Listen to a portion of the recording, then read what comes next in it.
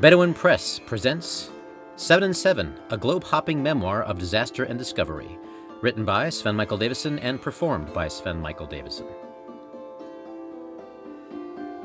Continent 2, Europe, Ireland, June 29th through July 7th, 2002.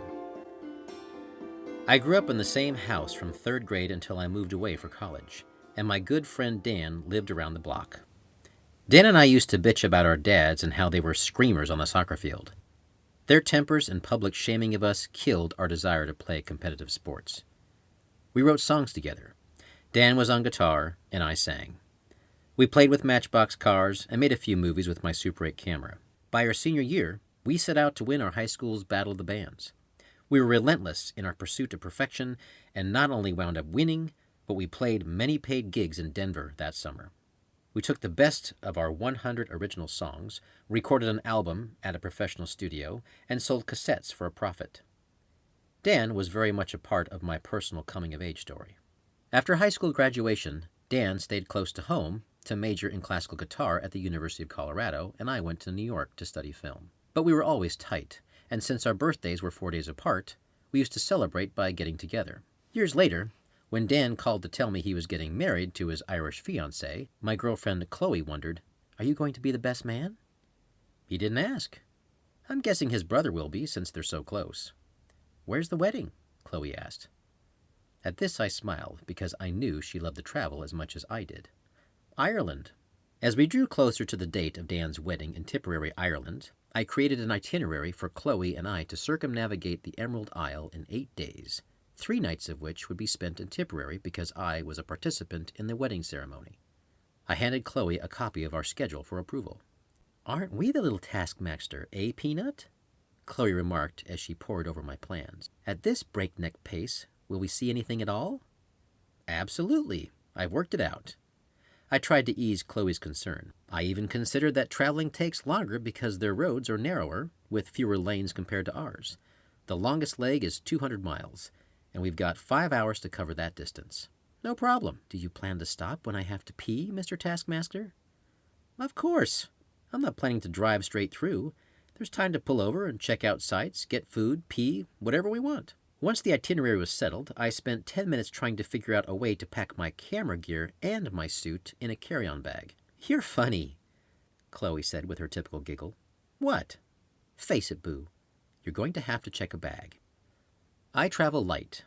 If I can swing it, I will stuff everything I need for a trip into one medium-sized backpack. I have an extreme aversion to checking a bag because I'm paranoid it will get lost, a paranoia that is compounded when I have to take a connecting flight. While working on a documentary in Ghana, I'd accumulated a large Russian television box filled with art from local carvers.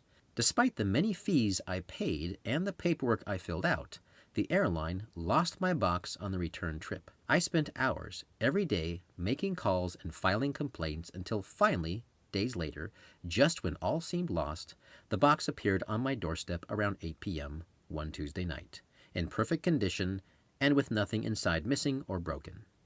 I was relieved, but also desperate never to repeat the experience. On this trip, I checked a bag containing all my clothes and contact lens gear.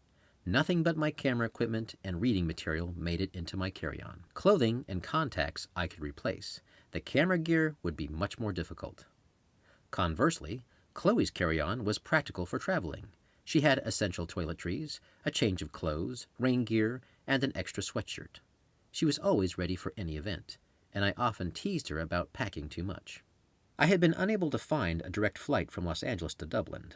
The best deal available forced us to take United Airlines to London and change to Aer Lingus at Gatwick Airport. When we checked our bags at LAX, the woman at the United counter was quite friendly.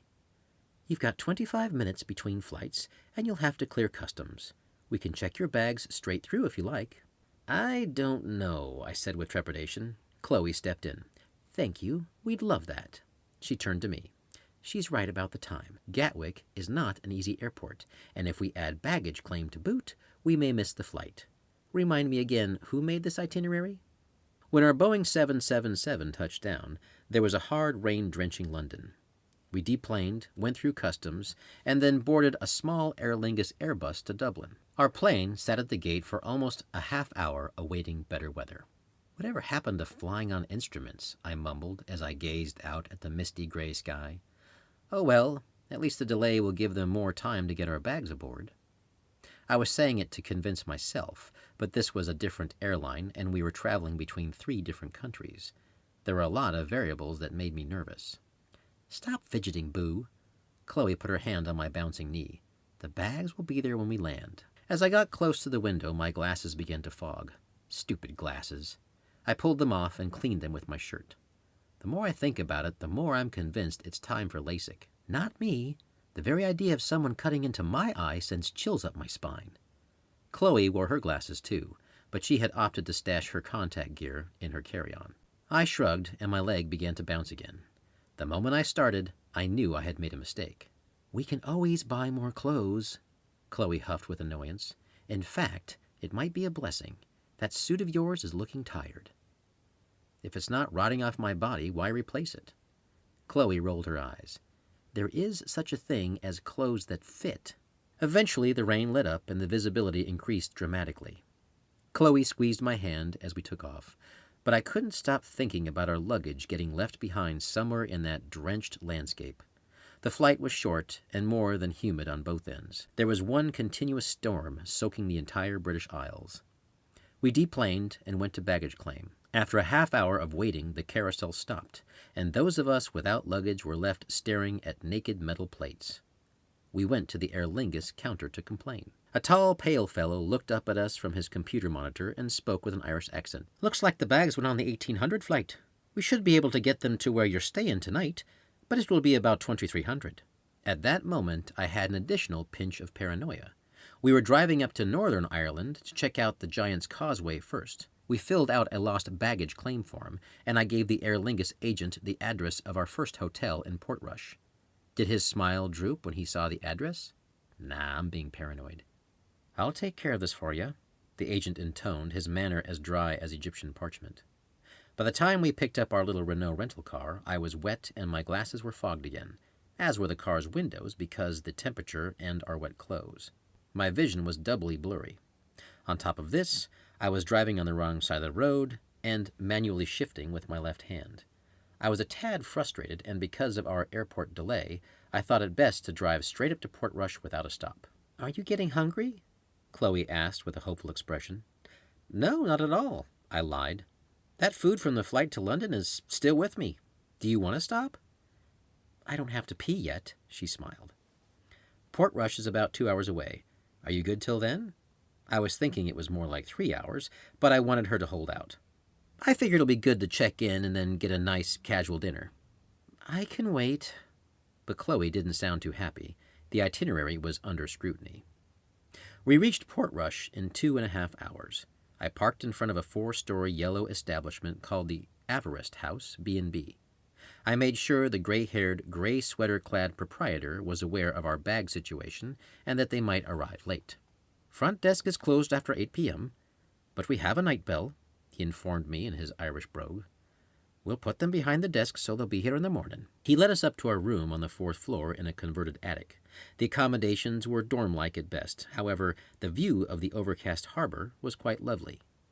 We dropped off my camera gear and Chloe's backpack. She loaned me her spare sweatshirt as it was getting a little chilly, and we pulled out her portable umbrella. By now, I was getting used to being damp and slightly chilled, but the constant water buildup on my glasses was tiresome. We walked around the quaint streets of Portrush, enjoying the skyline that rarely breached 3 stories. We entered a more crowded area of town and stopped at a packed fish and chips joint. We were both pretty tired from our red-eye to London and the subsequent travel. We finished up our meal and headed back to the room. I went to bed yearning for my contact lenses and a fresh pair of underwear, but the next morning yielded neither. I was stuck with the same boxers, khaki shorts, t-shirt, and socks I had been wearing since leaving L.A. None of my garments had completely dried overnight, and everything smelled a bit sour. "Just don't get too close to me," I warned Chloe as I put my damp clothes back on. All the rooms I had booked came with breakfast, and since breakfast is my favorite meal, I felt some bouncy excitement as we headed down to the communal dining area and got a little table in the crowded room. The proprietor, the same man who checked us in the night before, came out to take our order. He confirmed our bags had not yet arrived, which sent a jolt of disappointment through me, but the idea of eating breakfast picked my spirits back up. I pored over our selection again. It was a bit thin. Black and white pudding, toast, rasher of bacon, and egg. I read the list yet again, hoping to see something more. Oh well, I guess I'll have the lot. How would you like your egg? Scrambled. Chloe ordered toast and a poached egg. The man nodded and left. You like black and white pudding? Chloe looked skeptical. Sure, it's pudding. What's not to like? Chloe laughed. Black pudding is blood sausage. White pudding is, well, regular sausage. I didn't think you were a sausage fan. Well, I'll try anything once, I guess. When the food came, it turned out I was not a black and white pudding fan. Plus, the rasher of bacon was really just a thick slab of ham, and did not have the crispy bacon taste or texture I was accustomed to enjoying. My portions left me hungry. Chloe shared in my hunger. Maybe we can shed a few pounds on this trip, Chloe smiled. I like the positive spin. Let's see if we can track down our bags, I replied, a little hope surging through my at least somewhat fuller stomach. We found a phone booth next to a bookmaker's called Stanley Racing and reached a recording at Aer Lingus that said their customer service hours were between 9 and 1700 hours. Bleeping air fungus! I hung up the phone. Some customer service. They have hours better than I do. I paused to take a deep breath and calm down. Well, let's wait around in case the bags are on their way. I was a bit anxious because today was supposed to be our longest travel leg. We had to drive from Port Rush all the way to Tipperary, and I wanted to see Giant's Causeway, Deary, the Cliffs of Moher, and a few other stops along the way.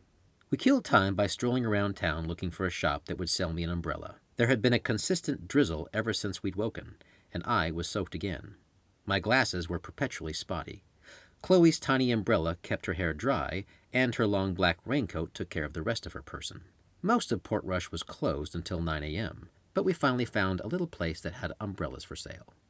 We returned to the same phone booth at 9 a.m. sharp.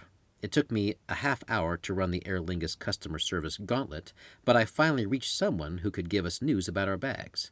The Irishman I reached didn't have the slightest hint of sympathy in his voice. Looks like the bags will be leaving Dublin in time to be at Port Rush this afternoon or evening. My heart sank. Which is it? Afternoon or evening? I can't say. And from his tone, my problem was no concern of his. But we're going to be at the Billinacorty house in Tipperary tonight. We have a wedding to attend the day after tomorrow.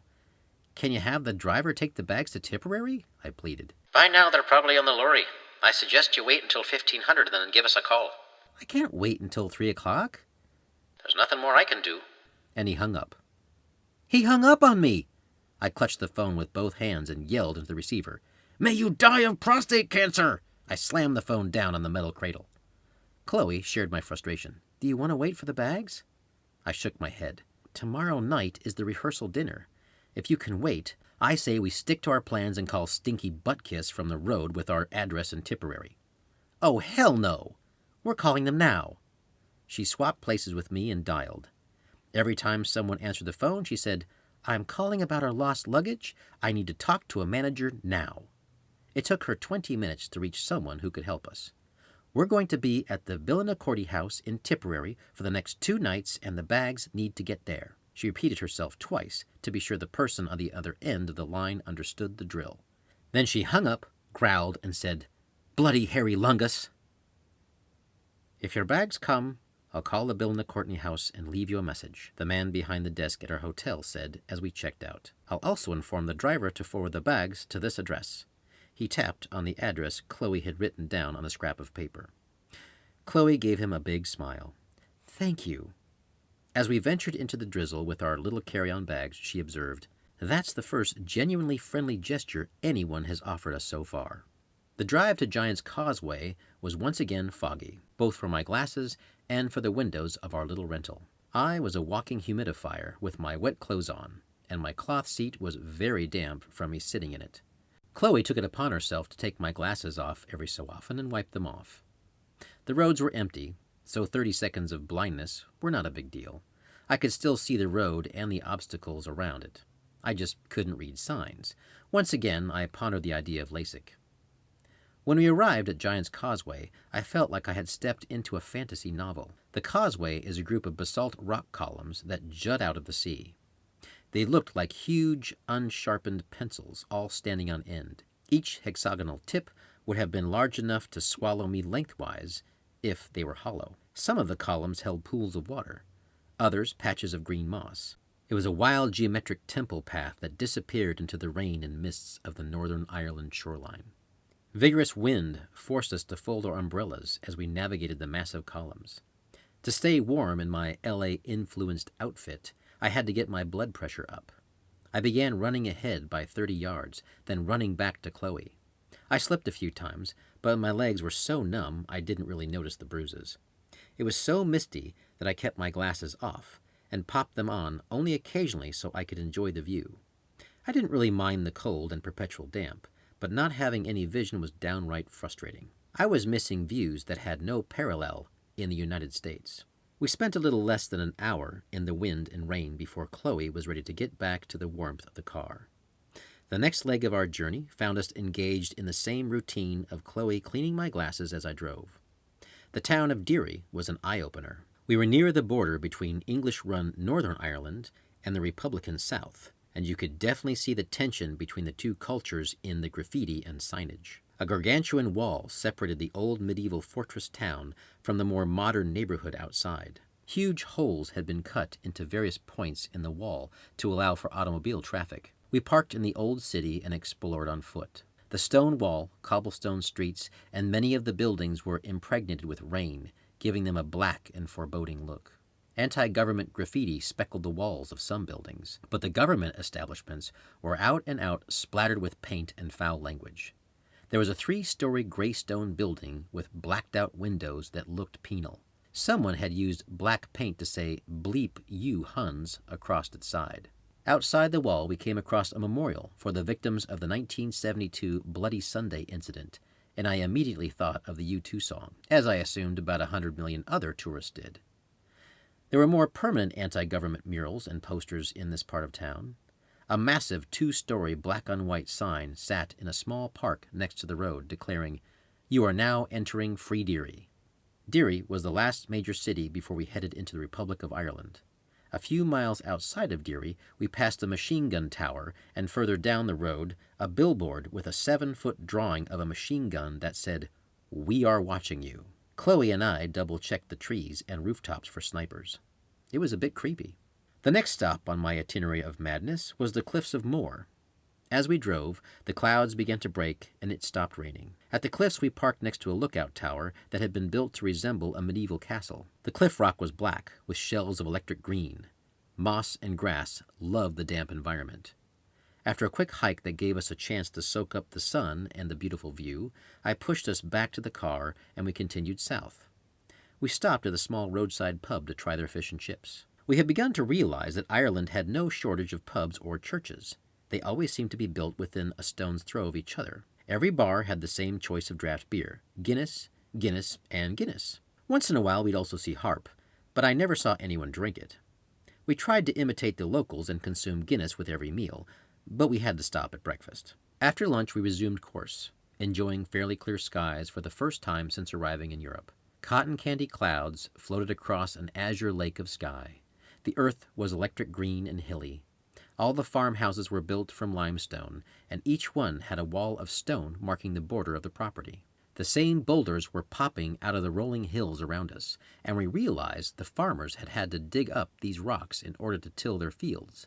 The surplus went into their houses and fences.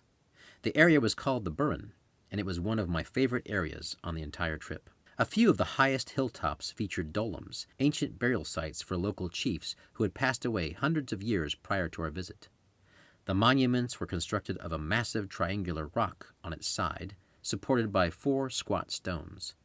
One structure resembled a giant caveman coffee table. The roads in the area were very narrow and meandered constantly. The conditions forced me to drive slowly, but I didn't mind because the scenery was gorgeous. Many times I felt like I was traveling through Tolkien's Middle-earth or a Harry Potter book. We reached County Limerick by 5 o'clock and hit rush hour traffic. The population was far smaller than in Los Angeles, but with only 2-lane roads available, we still found ourselves creeping along through town. By now, the sun had dried me out. Only my underwear was damp. I pulled off my shorts and shirt and drove in my skivvies, figuring I wouldn't get pulled over for indecent exposure. The sun kept me amply warm and helped to dry out the driver's seat and my underwear. Chloe draped the rest of my clothes over the back seat under the car's hatchback window to thoroughly dry them. Wow, that's a new and unpleasant smell. I'd say your boxers are past their expiration date. Chloe cracked her window. You're telling me these are 3 days old now, and they're forming a hard crust. Couple more days and they'll hit spontaneous regeneration. Chloe spotted a formal wear store that had suits and gowns in the window. Everything was in black, white, or brown, and reminded me of fashions from the 1990s. There's our backup plan if we don't get our bags tomorrow. Not exactly high fashion. You're one to talk. 20 minutes later, we passed a sign that stated County Tipperary. Predictably, I broke into my rendition of It's a Long Way to Tipperary at the top of my lungs. Chloe laughed.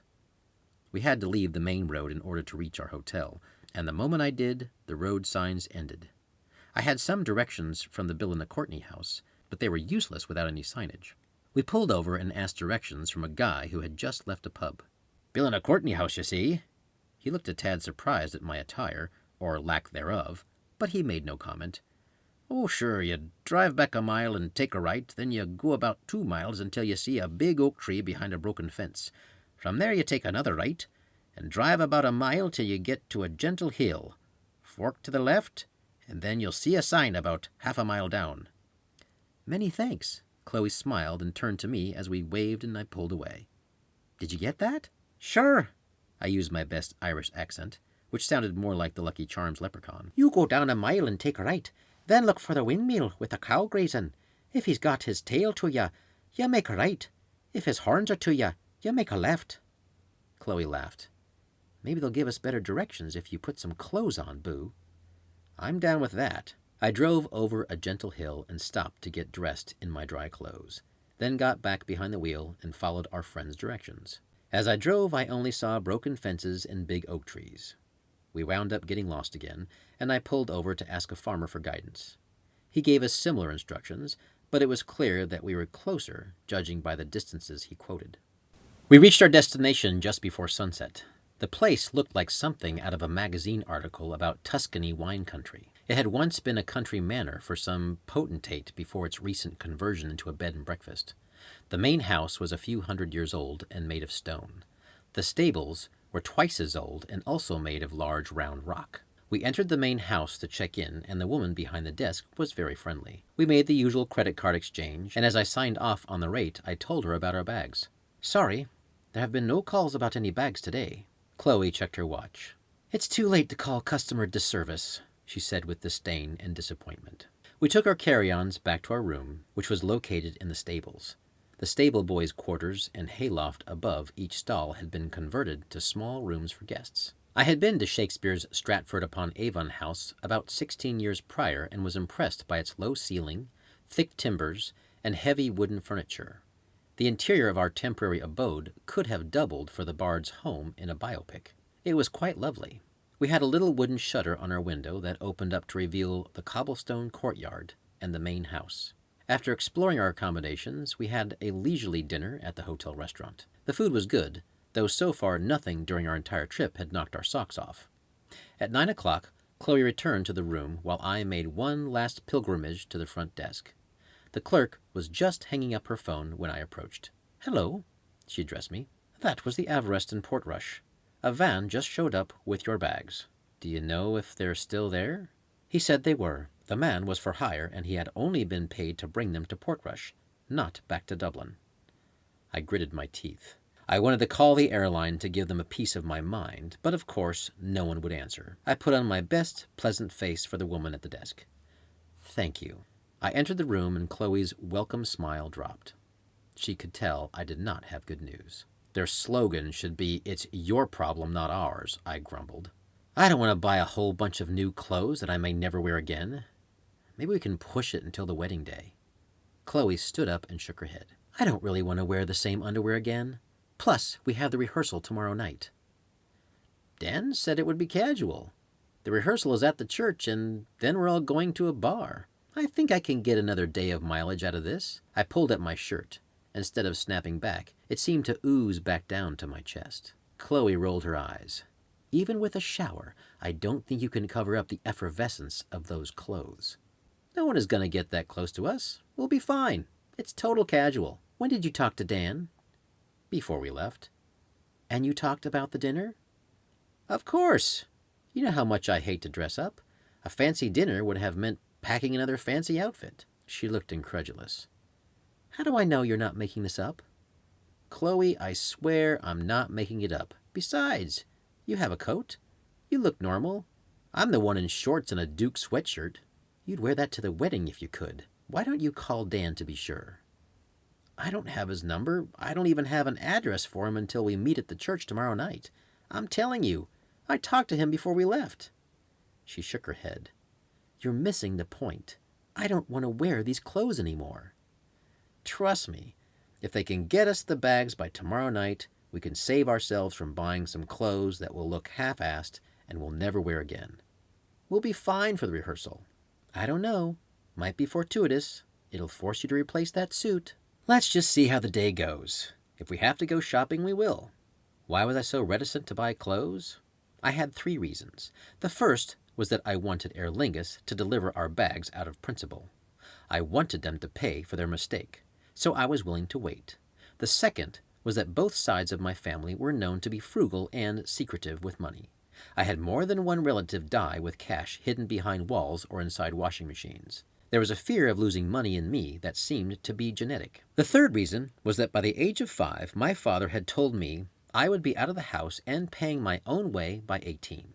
At 12, I mowed lawns, but when I turned 15, my dad told me I had to get a real job. I got one and never stopped working. In 1999, I took a risk and quit my job, moved to a remote island, and tried to publish a novel. It left me broke and more paranoid about being destitute than I had ever been. By the time I reached Ireland, I had finally paid off my debts and was getting back into the groove of having cash again. I simply could not bring myself to buy more clothes when I knew mine were just a few hours' drive away. It felt like flushing my hard-earned money down a toilet. The next morning, Chloe ran the Aer Lingus customer service gauntlet. When she hung up, she was pretty pissed. "There's no sense of urgency with anyone in this country. How do they get anything done?" "So they're saying the bags will be here tonight?" "That's what they say." We hit a 1,500-year-old abandoned abbey and a castle that day. It seemed like the Vikings and the British had destroyed most of the older buildings on the island. If civilizations stick around long enough, eventually they all share the same history of invasion, destruction, and reconstruction under a new regime. After hiking around the ruins, we pulled up to the main Billinaccordy house, and Chloe gasped. "What's wrong?" I asked. "I guess I was literally holding my breath." She laughed nervously. I ran inside, and the woman behind the desk smiled at me. "They came an hour ago. They're in your room." I giggled as I ran back to the car with both thumbs up. Chloe clapped like a little girl. I drove us up to the converted stables, where we ran out of the car and up the narrow stairs to our room. We opened the door, and there were our 2 bags with Aer Lingus tags attached to them. We rejoiced and celebrated by taking a shower and getting into clean, soft clothes. I hadn't realized how stressed I was about the bags until I could put my hands on them again. I stuffed the garments I had been wearing since Los Angeles into a plastic bag, tied it off, and placed it by the front door. Tomorrow's trash. Our pit stop at the hotel had put us a tad behind schedule, and the sun was already down when we pulled into the church parking lot. It's strange to be in a foreign place for a few days and then open a door and suddenly see a group of people you've known for decades. Had we all traveled together, it would have been different, but I had not seen Dan and his fiancée for a year, and that had been in Colorado. The last time I saw his parents was a few years prior to that, and I had last seen his older brother when I was a junior in high school. To behold them all again for the first time in so long in a church in Ireland was bizarre. What was even more bizarre was seeing Scott, Dan's former college roommate, rehearsing as the best man. Did Dan tell me about this and I just blocked it out? I was jealous and upset, and I felt foolish for feeling that way. Dan and I were still very good friends, and I knew Scott had been a much bigger part of Dan's life in college and through the following 11 years. Maybe the pace of the trip, coupled with the stress of the bags, made me more emotionally raw than I cared to admit. But despite all my logical self-talk, seeing Scott standing as Dan's best man was still an emotional blow. It took everything I had to put on a smile and be cordial to everyone. Kathy, Dan's fiancée, approached me. After a hug, she gave me a Xeroxed page containing the passage I would be reading during the ceremony. "We're just going over where everyone will be staged tonight. This isn't the church we'll be married in," she said in her Irish accent. I spotted a small, frail woman in the front pew wearing a large hat with a flower. Dan had informed me that Kathy's mother had a hat collection that rivaled the Queen of England's. Everyone else was dressed fairly casually, as promised. Chloe was happy to be wearing a more business casual look. It befitted her Ivy League background, although she always insisted she was not, as she put it, fancy. In fact, she was very fancy. Sure, she preferred beer over wine, cursing like a sailor, and watching football, but she was a smart, driven executive who always rose to a challenge and enjoyed the finer things. I was the same on many levels at that time. As members of the wedding party, we were invited to check in early the next day at the Arlo house, where the reception would be held.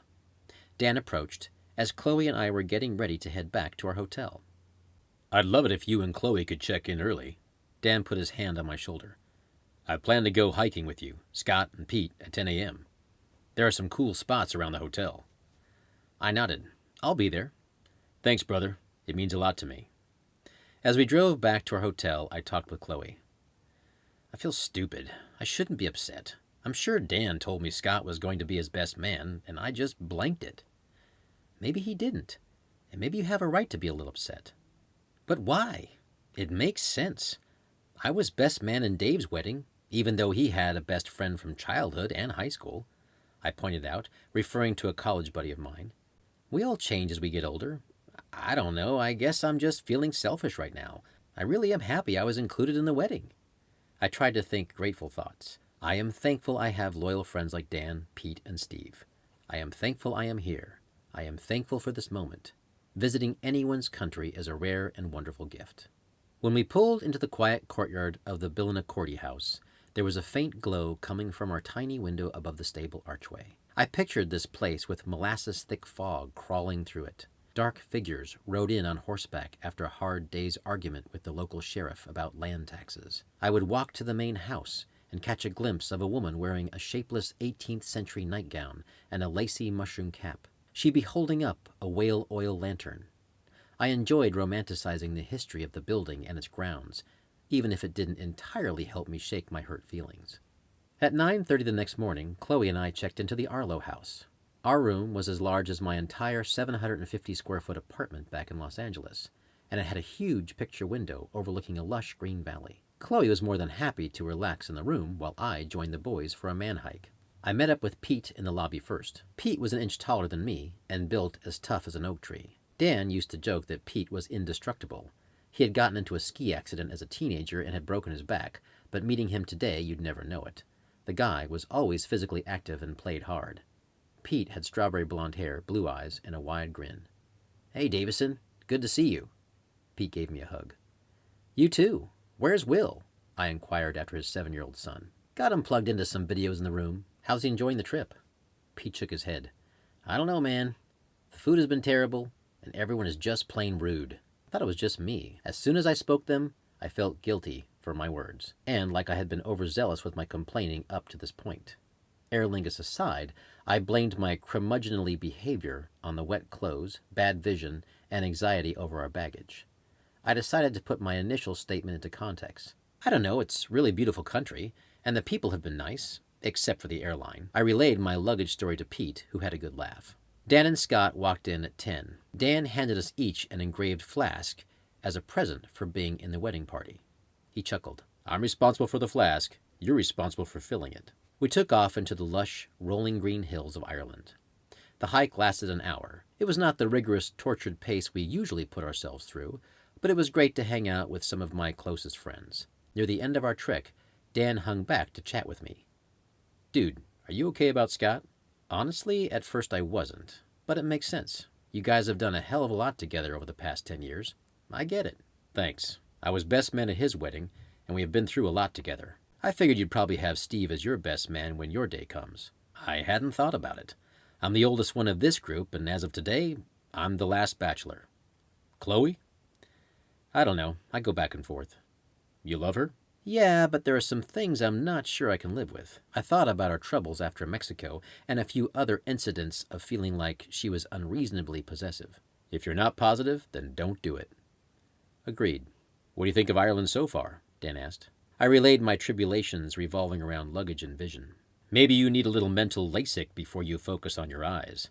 You're so caught up in your problems that you miss the crack. I'm sorry, crack? I replied. Sounds like the drug, but spelled Craic. It's at the heart of Irish culture. It's their way of communicating and having fun. You saw the places, but you didn't experience the people. You need to try again. Ireland has a rich culture of expression through dialogue and literature. Next time you stop in a pub, you need to get the crack. I'll keep that in mind. Just to warn you, there's a tradition over here to make a wedding last as long as possible. Kathy has some friends who managed to make the party last for 3 days. With all these Yanks here, I'm thinking we won't beat that record, but we'll give it a shot. An hour before the wedding, Dan gathered his side of the party, and we all walked down to the pub next to the church to have a Guinness. Dan assured us this was tradition. The pub was small and dark and painted deep red. Pete's eldest son was with us, but he skipped the Guinness. Rather, his father made sure he skipped the Guinness. With a drink in our bellies, we arrived at the church a half hour before the ceremony so Dan could meet and greet. I took the opportunity to read through my passage to myself. Other than the initial shot of liquid courage, the wedding was pretty traditional. Pete played guitar as a return favor to Dan, who had performed at his wedding. Both were accomplished guitarists. They had met in music school. After the ceremony, we all drove to the Arlo house to enjoy a sunset over the rolling hills of Tipperary. Chloe and I began to mingle, and at one point we spoke to an elderly gentleman who had tufts of white hair coming out of his nose and ears. "Where is his wife?" Chloe demanded when we parted company with the man. "Why? How she could let her man go around like that is shameful. I promised to never let you go out in public with errant soldiers saluting from your ears and nose. I thought he was a very nice man." "He was an absolute sweetheart, but those were a distraction, and it's up to the woman to manage that." "I doubt he cares." "Exactly. That's why you need a good woman to make sure that that shit is checked before you go out in public. Like me," she smiled. I kissed her and let her check to be sure I did not have any soldiers waving from my ears or nose. We awoke the next morning to drizzle. We enjoyed a leisurely breakfast, packed up our bags, and drove out to Kathy's childhood home to see if the party was still raging. Dan was a tad disappointed that his had petered out around 4 a.m. We said our goodbyes to everyone and headed back out on my scheduled tour. The rain came down harder as we drove to Blarney Castle. When we reached the medieval structure, I discovered that you could explore the dungeons at your own risk. Chloe had no interest, so I headed down alone. It did not take long before the route became too shadow-blackened to navigate. I pictured endless catacombs with a rusty shackle or two hanging from the walls every few yards. Perhaps there would be a meandering ghost or a hidden pool where Blancy, the Loch Ness Monster's Irish cousin, waited to devour any wandering tourist who forgot to bring a flashlight. Or maybe I'd find out that there were only a few feet of wet, moldy stone left to explore. Either way, I was dying to see it all. A light, my kingdom for a light. I marched back up, and we both decided we had to kiss the Blarney Stone. The stone is located on top of the castle, hanging above a 4-story drop. We got in line and strolled along the top of the half-demolished castle. I wondered how many lips had touched the stone. Tens of thousands? Hundreds of thousands? 1,000,000? Hopefully no one with a virulent infection was giving it a good tongue-lashing. I reached the stone and was told to get on my back. 2 men spotted my torso as I hung half my body 4 stories above the ground to give the smooch rock a kiss. I put the idea of infection out of my head. I was having fun. However, to this day I am still waiting for the gift of the gab to arrive. As we walked back to our car, Chloe and I passed a stand that rented flashlights. "You want to go back to the dungeon?" Chloe suggested. I checked my watch and sighed. She laughed. "It's a tough call when you're the man setting the taskmaster agenda." Indeed. I looked back at the castle one last time. I'm sure I'll come back, and when I do, I'll have a flashlight in hand. Of course, I know now that you should never say you'll be back. Chances are you probably won't. Carpe diem. From Blarney, we went to Cork, where we had the best food in all of Ireland. When we checked in at the Garnish House, rain was pummeling the world outside. I was back to my standard soaking wet state, and because I had stayed up so late dancing at the wedding, I was giving my eyes a rest by not wearing my contacts. Once again, I couldn't see through my foggy glasses. The owner of the garnished house was a small woman who exuded hospitality. She took us to our own private sitting room by a fire and served us tea. She brought out a cart with what seemed like 20 different types of bite-sized high tea biscuit sweets. I proceeded to eat every one because we had skipped lunch.